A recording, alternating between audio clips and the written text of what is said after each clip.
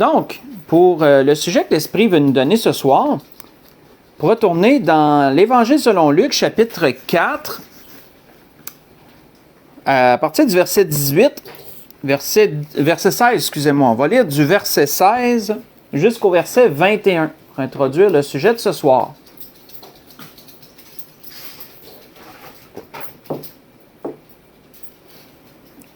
Quand même important. Petit sujet, quand même important.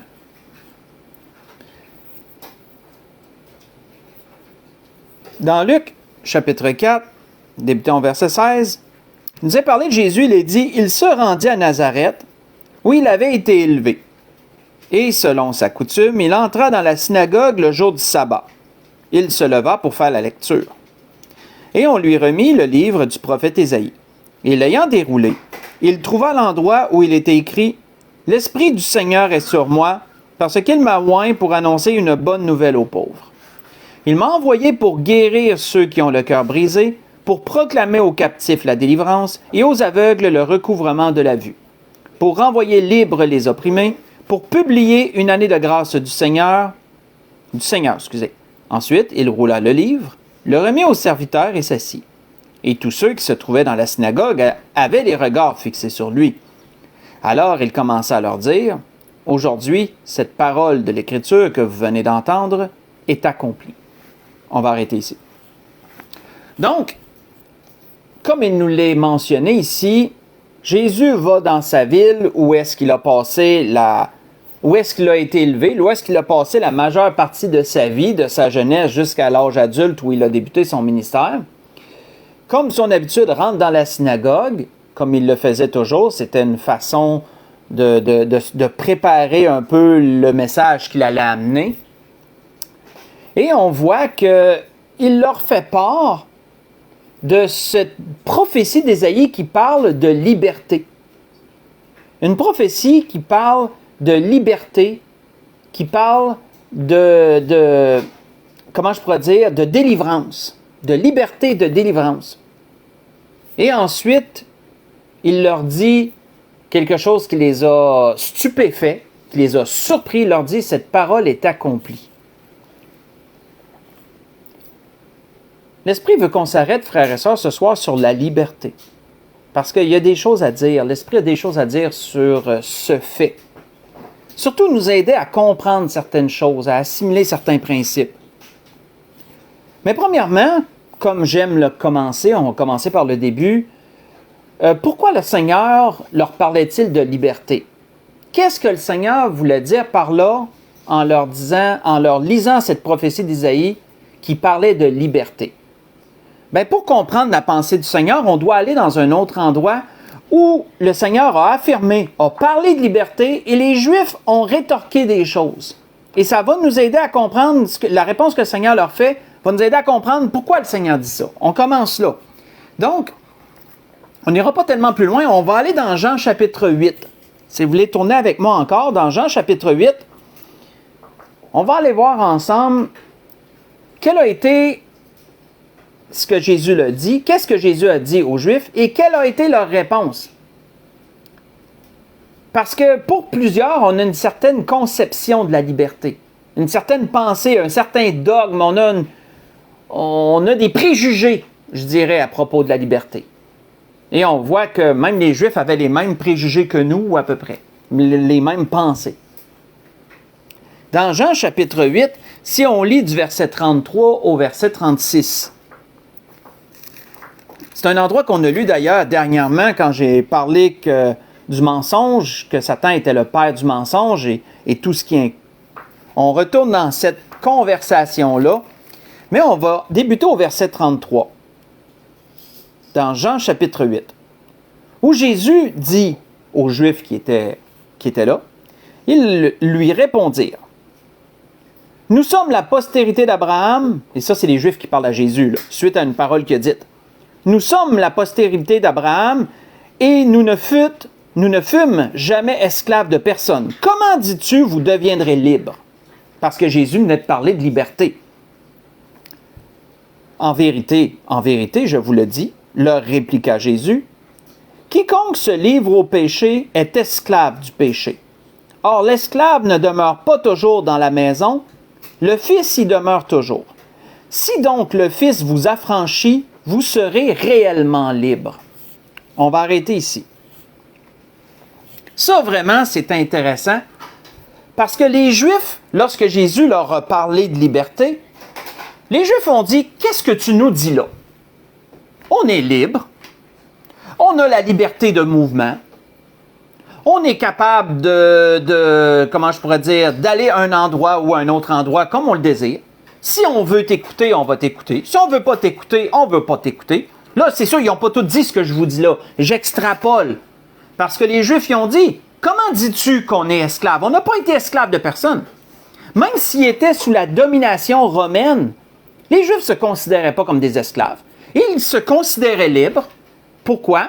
Parce qu'ils avaient chacune une maison. Ils avaient le droit de manger ce qu'ils voulaient. Ils avaient le droit d'aller dans leur synagogue. Ils avaient le droit de continuer leurs coutumes, donc continuer à obéir à la loi de Moïse. Et donc, à leurs yeux, ils sont libres. Pourquoi tu nous parles d'être libre quand on est déjà libre? Dans le fond, c'est un peu ça, la pensée juive. Qu'est-ce que Jésus voulait dire par là quand il leur disait « Si je vous affranchis, vous allez être réellement libre. » Parce que vous savez, la liberté, c'est aussi... On a à peu près la même conception que les Juifs de la liberté d'un certain sens. C'est quoi la liberté? Quand tu demandes à quelqu'un... Faites le test, demandez à quelqu'un là, qui n'a pas écouté le message de ce soir, là, c'est quoi la liberté? Ben, il va te dire, ben, la liberté, c'est parce que j'ai le droit de faire ce que je veux. Hein? Si j'ai le droit de manger ce que je veux, si à soir, ça me tente de manger du poulet, puis que demain, ça me tente de manger des nouilles, ben, je suis libre, j'ai le droit.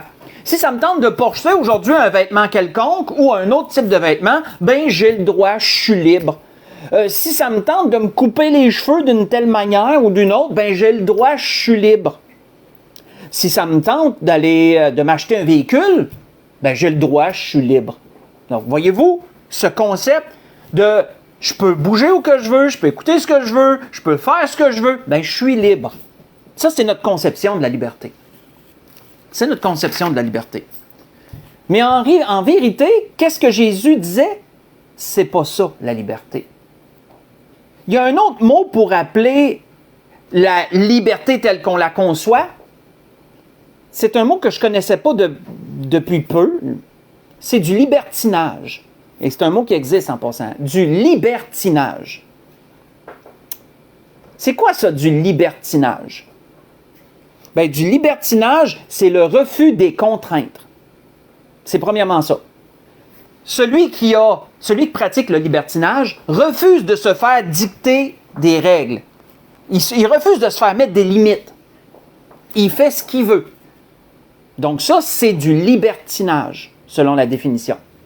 Et même le libertinage tend à aller aussi dans la liberté des mœurs. Autrement dit, si je veux coucher avec quelqu'un avant le mariage, si je veux être aux hommes, si je veux être... voyez-vous, là, je ne veux pas aller trop loin là-dedans, mais comprenez-vous que le libertinage, c'est premièrement, je fais ce que je veux. Puis aussi, la définition va dans la tendance que si je veux vivre dans le péché, si je veux vivre dans l'impudicité, dans toutes sortes de choses, ben j'ai le droit. Le libertinage, frères et sœurs. Croire que la liberté se limite au monde physique, croire que la liberté, c'est simplement ce qu'on vit présentement, ce qu'on peut faire ou ne pas faire. Tu sais, je veux dire qu'on fait ce qu'on veut, qu'on fait ce qu'on désire. Croire que c'est le fait de faire ce qu'on désire qui est la liberté, c'est qu'on n'a pas compris ce que la Bible veut dire. On n'a pas compris ce que Jésus disait. Parce qu'on prend le libertinage pour de la liberté. Et il y a une différence entre les deux. Dans ce qu'on a lu ici, Jésus, si on recule au verset 32 qu'on n'a pas lu, et c'est ça qui a mis le feu aux poudres, si je peux l'expliquer comme ça, c'est ça qui avait mis le feu aux poudres. Qu'est-ce que Jésus avait dit au verset 32? Il dit, « Vous connaîtrez la vérité, et la vérité vous rendra libre. » C'est ça qui avait mis le feu aux poudres. C'est de là que les Juifs sont partis partis dans le sens là qui pas partis dans le sens ils sont partis, non, partis dans le sens là que là ils ont commencé à répliquer, ils ont répliqué à Jésus, qu'est-ce que tu nous dis là, on n'est pas esclave de personne, on est libre, etc., etc. Jésus dit, vous connaîtrez la vérité et la vérité vous rendra libre. Ça, c'est une bonne référence à ce que Jésus avait lu dans la prophétie d'Ésaïe. Hein, que Dieu proclamait une année de grâce, que Dieu renvoyait libres les opprimés. Ça répond également à quand Jésus disait, si le Fils vous affranchit, vous serez réellement libre. Autrement dit, le Seigneur promettait la vraie liberté. Pas le libertinage, la vraie liberté. Mais c'est quoi la vraie liberté? D'où ça part la vraie liberté? On continue notre réflexion. Continue notre réflexion, on va aller dans Romains 6 cette fois-ci. On va voir ce que l'apôtre Paul disait aux Romains. Et l'apôtre Paul va répondre à cette question. C'est quoi la vraie liberté? On parle de quoi quand que Jésus parle de vérité? C'est quoi la vérité en fin de compte en rapport avec la liberté? Dans Romains 6, on lit du verset 1 au verset 14. On va faire un peu de lecture. On va rentrer dans la réflexion que l'apôtre Paul a amenée aux Romains, mais on va voir que cette réflexion entourait cette vérité et entourait la vraie liberté, celle que Jésus prône, celle que Jésus prêchait, celle que Jésus offre. Dans Romains 6, si on lit à partir du verset 1.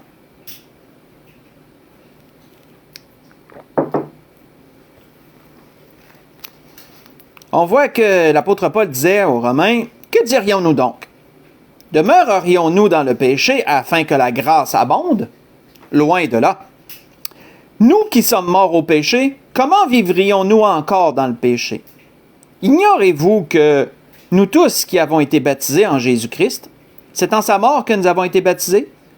Nous avons donc été ensevelis avec lui par le baptême en sa mort, afin que comme Christ est ressuscité des morts par la gloire du Père, de même, nous aussi, nous marchions en nouveauté de vie. » Donc ici, juste une parenthèse que je vais ouvrir et refermer. L'apôtre Paul utilise parfois un langage complexe, parfois est un petit peu dur à suivre, Paul, dans ses explications.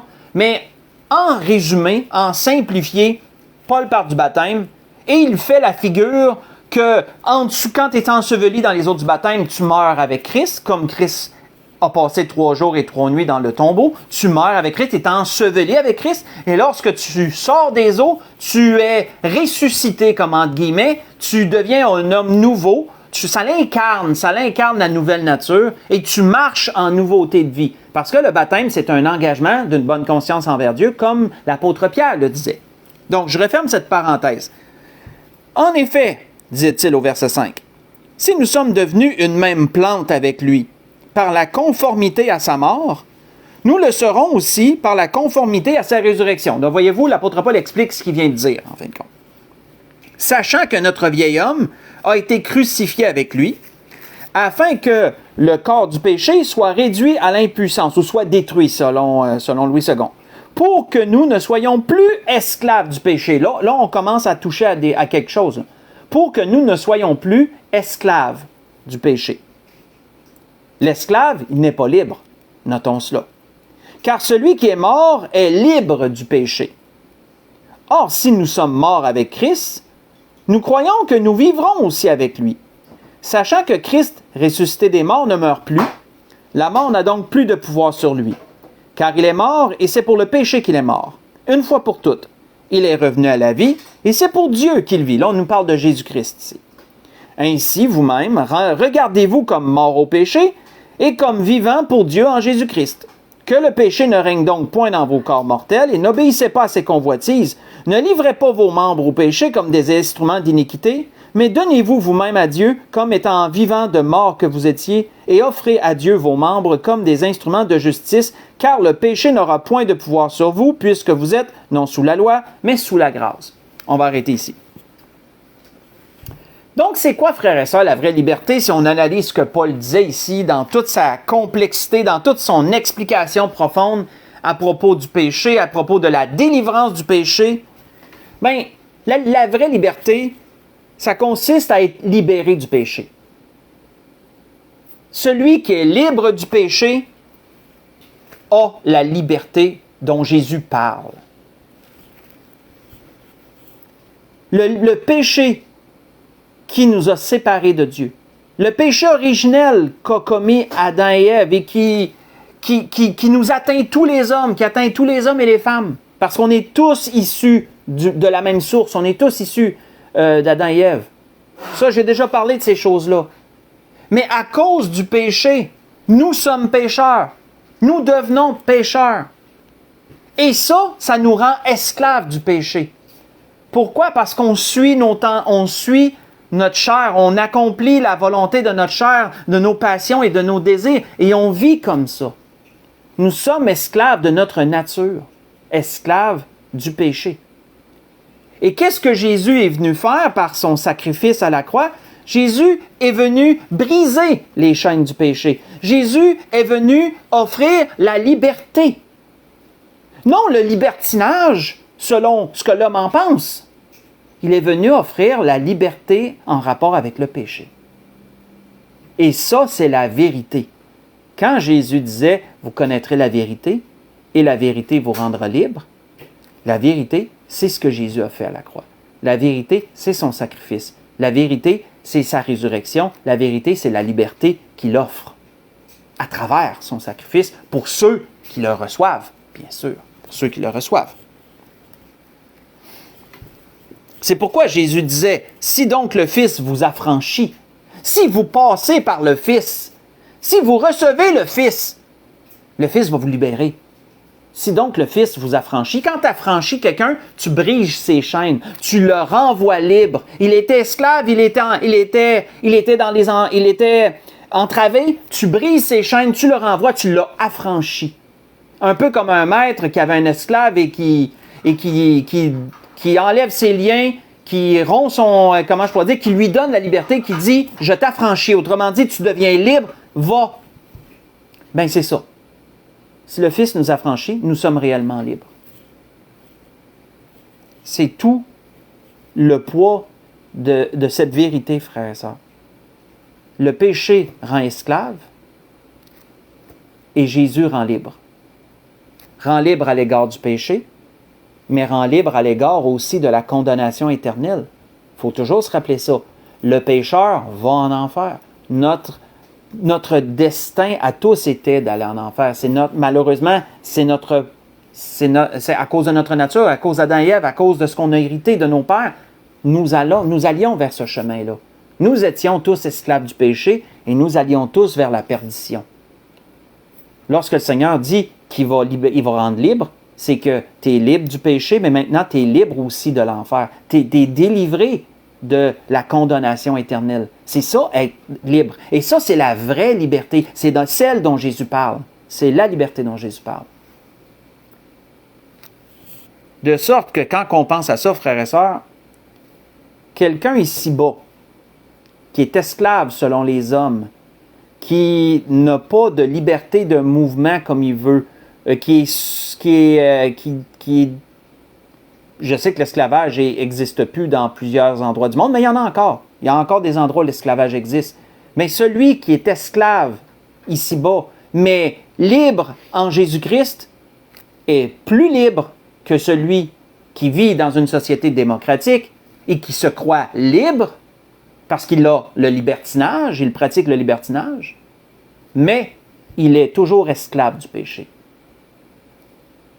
L'esclave est plus libre que celui qui se croit libre, mais qui est esclave du péché, en termes simples.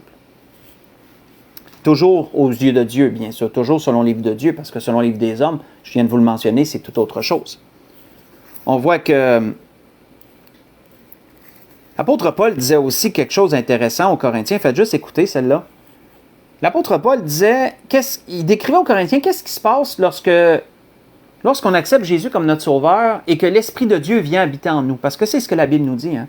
Lorsque tu reçois Jésus comme ton Sauveur, tu fais la place, ton corps devient le temple de Dieu.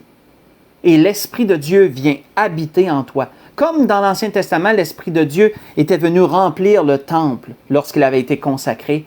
à Dieu. Le temple de Salomon était consacré à Dieu. On voit que l'Esprit de Dieu est entré dans le temple et les gens ont dû en sortir. La fumée remplissait le temple. C'est un peu une image. Montrer que quand quelqu'un donne sa vie au Seigneur, qu'il passe à travers les eaux du baptême, quand il accepte le Seigneur, l'Esprit vient habiter en lui. L'Esprit vient habiter en lui. Ce n'est pas après les eaux du baptême, c'est avant ça.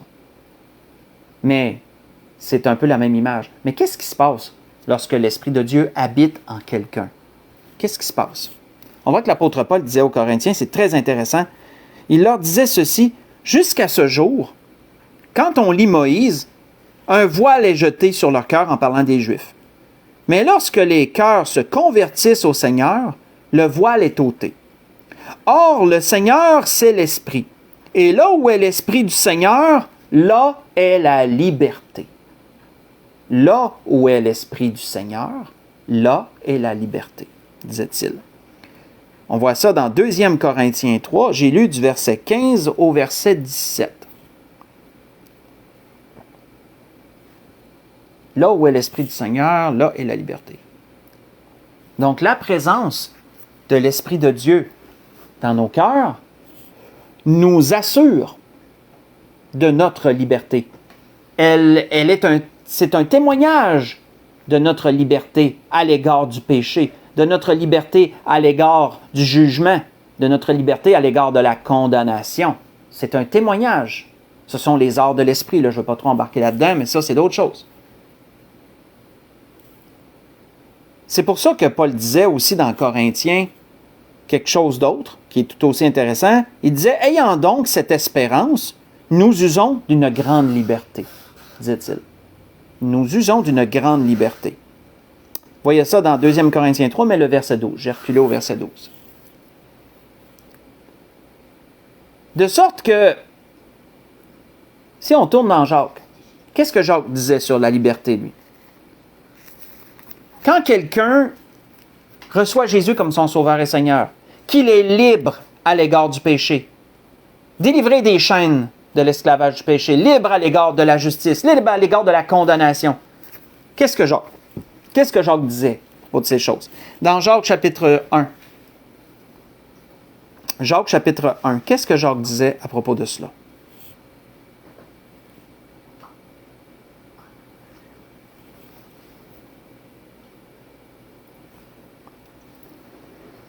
Jacques chapitre 1, à partir du verset 22, Jacques disait « Mettez en pratique la parole et ne vous bornez pas à l'écouter en vous trompant vous-même par de faux raisonnements.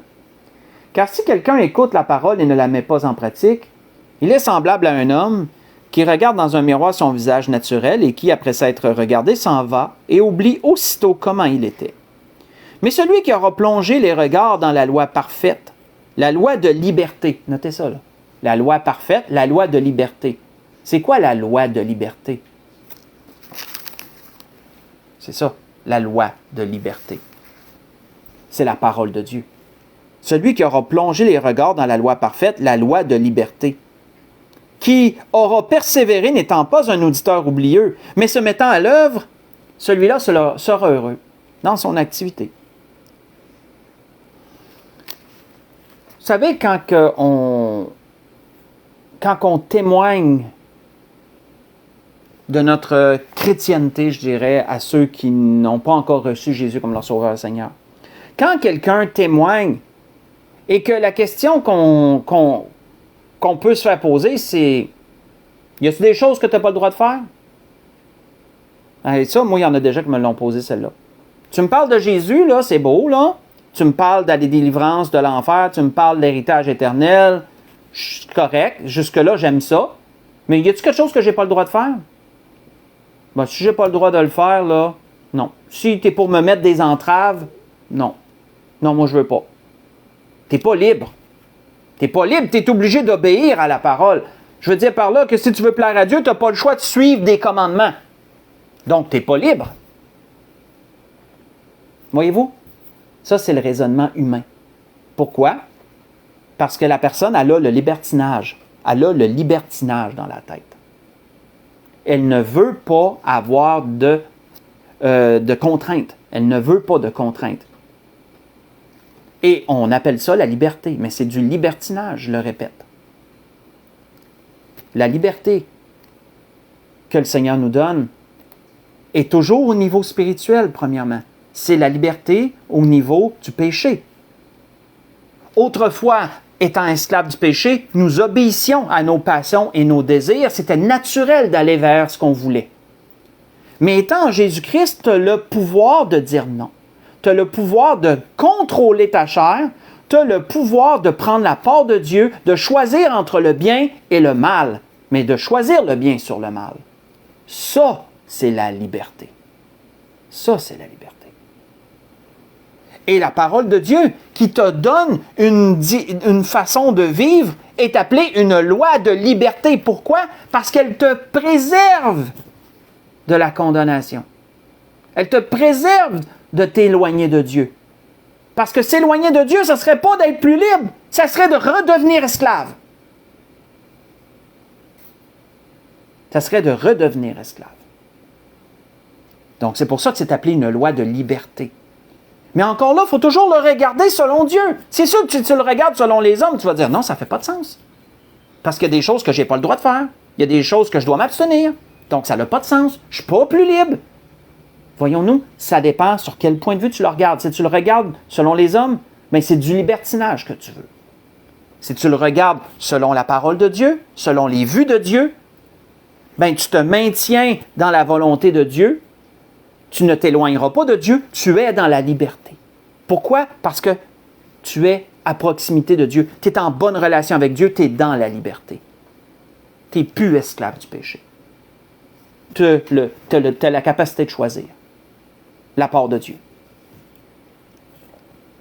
On voit que c'est pour ça que Jacques disait dans le chapitre 2, pas tellement plus loin, verset 12, il disait « Parlez et agissez comme devant être jugés par une loi de liberté. » Ça n'en va dans le même sens. Une loi de liberté.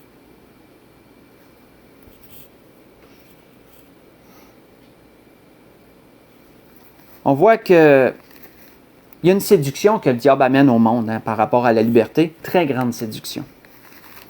C'est quoi la séduction que le diable amène au monde par rapport à la liberté? On a pas mal touché à ça à travers les commentaires que je vous ai mentionnés. Mais Pierre, lui, nous le dit. Faites juste écouter. Pas besoin d'y tourner. Pierre, lui, nous en parle. Quel est le mensonge? Quelle est comment je pourrais dire, la séduction du diable en rapport avec la liberté selon le monde, le libertinage là, dont je vous parle depuis le début. Quelle est la séduction du diable en rapport avec cela? On voit que l'apôtre Pierre parle de certaines personnes qui se croient libres, mais qu'est-ce qu'il dit sur ces personnes-là? Il dit, ces gens-là sont des fontaines sans eau, des nuées que chasse un tourbillon. L'obscurité des ténèbres leur est réservée. Avec des discours enflés de vanité, ils amorcent par les convoitises de la chair, par les dérèglements, ceux qui viennent à peine d'échapper aux hommes qui vivent dans l'égarement. Ils leur promettent la liberté. Écoutez ça. Ils leur promettent la liberté quand ils sont eux-mêmes esclaves de la corruption. Car chacun est esclave de ce qui a triomphé de lui.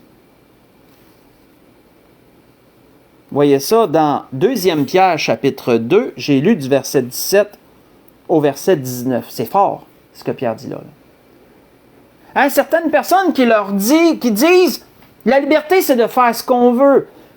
Il y en a même qui vont jusqu'à pousser le blasphème, je vais l'appeler de même. Il y en a même qui vont jusqu'à pousser le blasphème en disant, bien, une fois que tu acceptes Jésus, tu peux vivre dans le péché parce que tu es libéré du péché, tu as été libéré, fait que tu peux pécher maintenant, il n'y a pas de problème. À cette heure que tu es en Jésus-Christ, tu as réservé ton ciel, tu as l'héritage, bien là, à cette heure, c'est correct, tu peux vivre dans le péché. Hey, ça, c'est un blasphème, ça. C'est un blasphème. Parce que la liberté que le Seigneur est venu amener, c'est justement pour ne plus vivre dans le péché. C'est justement pour être capable de dire non. Être capable de prendre la part de Dieu. Parce que c'est ça la liberté. La liberté, c'est d'éviter la condamnation. Et ce qui t'amenait dans la condamnation, c'était d'être un pécheur. Bien, décider de vivre dans le péché, c'est de vouloir aller direct là où tu voulais éviter, à l'endroit que tu voulais éviter. Comprenons-nous? Certains prônent la liberté en disant que tu peux faire ce que tu veux. Ce n'est que libertinage, frères et sœurs. Ce n'est que libertinage. Ce n'est pas la liberté, ça. Ce n'est pas la liberté. Donc, ce que Pierre parlait pour ces hommes-là, là, c'est fort. Ils promettent la liberté, mais ils sont eux-mêmes esclaves. Et ils vous rendent esclaves. Parce que Pierre dit quoi? Parce que celui qui retourne, que je vais le dire, je vais le répéter, car chacun est esclave de ce qui a triomphé de lui. Ainsi, tu avais réussi à t'échapper moindrement des souillures du monde, si tu avais entrepris un cheminement dans le Seigneur, puis que là, tout d'un coup, par les discours que quelqu'un t'apporte de liberté, puis de après le salut, il n'y a pas de problème, tu peux continuer à vivre dans le péché, etc., bien là, c'est de te ramener directement, c'est de te remettre sous l'esclavage du péché. C'est carrément de te rendre, de ramener esclave, en fin de compte. Mais ce n'est pas de la liberté, c'est du libertinage. Et ça, c'est le mensonge du diable, frères et sœurs. C'est une tromperie du diable. De sorte que, pas pour rien que l'apôtre Paul disait aux Galates, parce que les Galates étaient chancelants par rapport à la grâce qu'ils avaient reçue en Christ, ils étaient rendus chancelants sur certains points. Et qu'est-ce que l'apôtre Paul leur disait? C'est pour la liberté que Christ nous a affranchis. Demeurez donc fermes et ne vous laissez pas mettre de nouveau sous le joug de la servitude. Ne vous laissez pas mettre de nouveau sous le joug de la servitude. Autrement dit, ne retombez pas dans vos anciennes mœurs. Ne laissez pas les hommes vous rendre esclaves à nouveau. Parce que tu as été affranchi pour la liberté en Christ. Vous voyez ça dans Galates 5, verset 1. Et c'était ça que l'Esprit voulait nous dire ce soir, frères et sœurs. L'Esprit voulait nous parler ce soir d'un sujet bien qu'on croit, bien simple, le sujet de la liberté, mais nous montrer quels sont les niveaux. Quelle est la liberté aux yeux de Dieu et quelle est la liberté aux yeux des hommes? Il y a une différence entre le libertinage, qui selon les hommes est la liberté, et la vraie liberté, qui est celle que Christ offre à travers son sacrifice. Elles sont à différents niveaux et elles ne doivent pas être mêlées ensemble.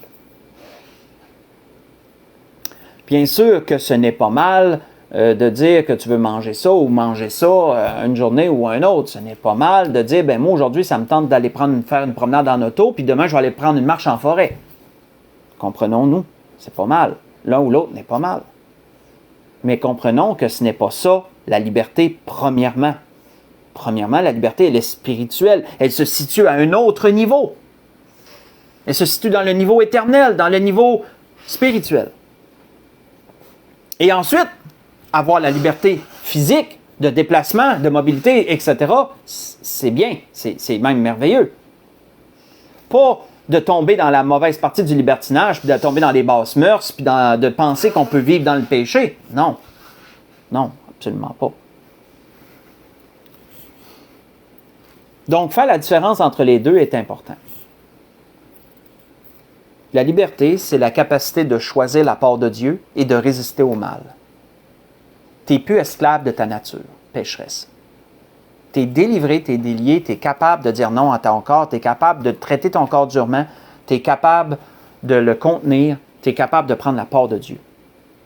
Ça, c'est la liberté. Pour conclure ce que l'Esprit voulait nous dire ce soir sur ce sujet, on va aller dans 1 Pierre 2. On va aller conclure là. 1 Pierre, chapitre 2. Sujet de liberté ou de libertinage.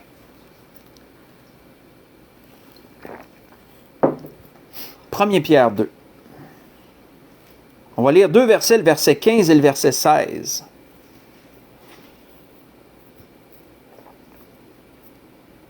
« 1 Pierre 2, verset 15 et verset 16. «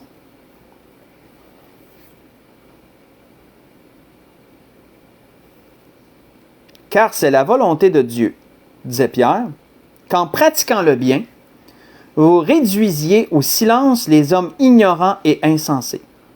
Étant libre, pourquoi? Parce que tu es en Christ. Si tu as reçu Jésus comme ton Sauveur et Seigneur, tu es libre. Tu es libre à l'égard du péché. Tu es libre à l'égard de la condamnation et du jugement. C'est là, premièrement, que se situe la liberté. Étant libre, sans faire de la liberté un voile qui couvre la méchanceté. On pourrait dire, en d'autres mots, sans faire de la liberté un libertinage. Comprenons-nous? Sans faire de la liberté du libertinage.